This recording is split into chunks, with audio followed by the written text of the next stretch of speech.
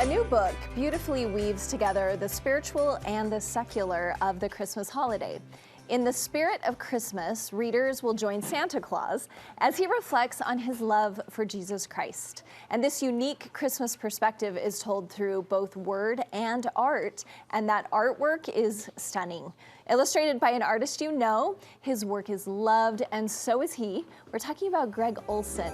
His paintings speak to the soul, and he says they're deeply influenced by his life experiences. Greg's artwork has found a place in notable institutions, including the Pentagon, the NCAA Hall of Fame, and numerous religious and educational settings. In 1993, he signed a deal with Mill Pond Press, propelling his Christian-themed artwork into the national spotlight, into my home, into your home too, probably. We're honored to welcome Greg to our studio. Thanks for being here. Yeah, it's great to be here. You know, you said that your book and your paintings, they are influenced by a lot of your family and your family traditions. Can you talk to that a little bit? Yeah, this new book is called The Spirit of Christmas, and I think it was inspired by my experience growing up in a little place called Iona, Idaho. Christmas was a big deal in our family.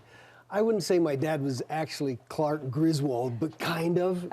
Christmas was a big deal, and tell us a little bit about growing up in Iona with your parents. What was that like? It's a very small farming town, really down-to-earth people. Christmas was always a fun time. My dad would set up a near life-size nativity in the front yard with a stable that he built by hand and a star that was suspended up in the sky. And then on the roof next to our chimney, there was also Santa Claus, reindeer, Rudolph. So these are things that you've incorporated. And I understand you have this nativity now.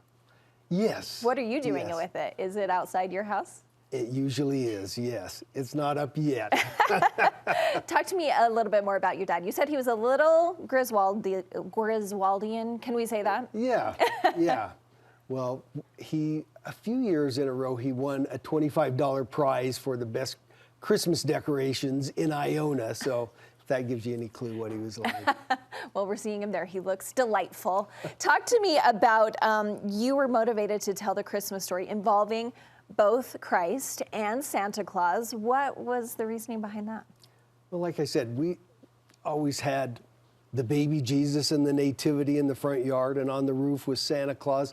And they were both just a magical part of the Christmas season. And as I got older, I noticed that sometimes there was a little bit of uncomfortableness where people would kind of pit the two against each other. And you kind of had to choose either the real meaning of Christmas or the commercial side of Christmas. And because of my upbringing, that never quite felt right. They were both a magical part of Christmas.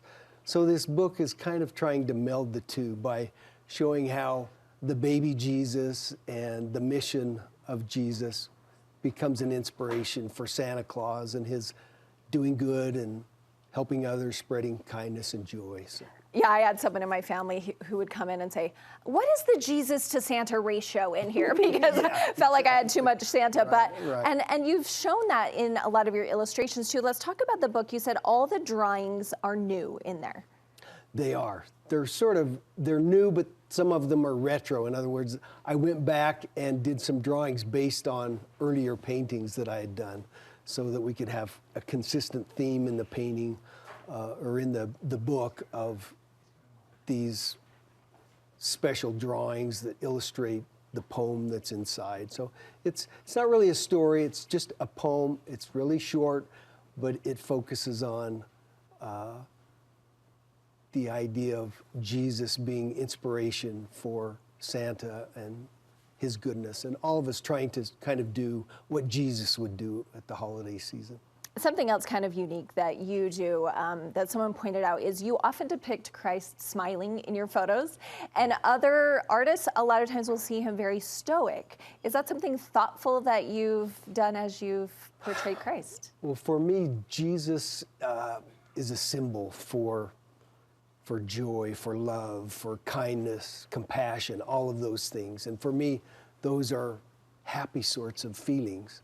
And so that's kind of reflected in the way I portray him. I grew up with a lot of images that were a little more stern, and so it's just my take on how he makes me feel and how I hope he makes other people feel. Well, we like it. I think we all love it. We thank you for your work. Well, and thank you. Where can we find your book? Well, you can just get it on gregolsen.com or at any Deseret book. Okay, thank you so much. It's been a delight to learn a little bit more Great about to be you here today. with you. Thanks. Thank you.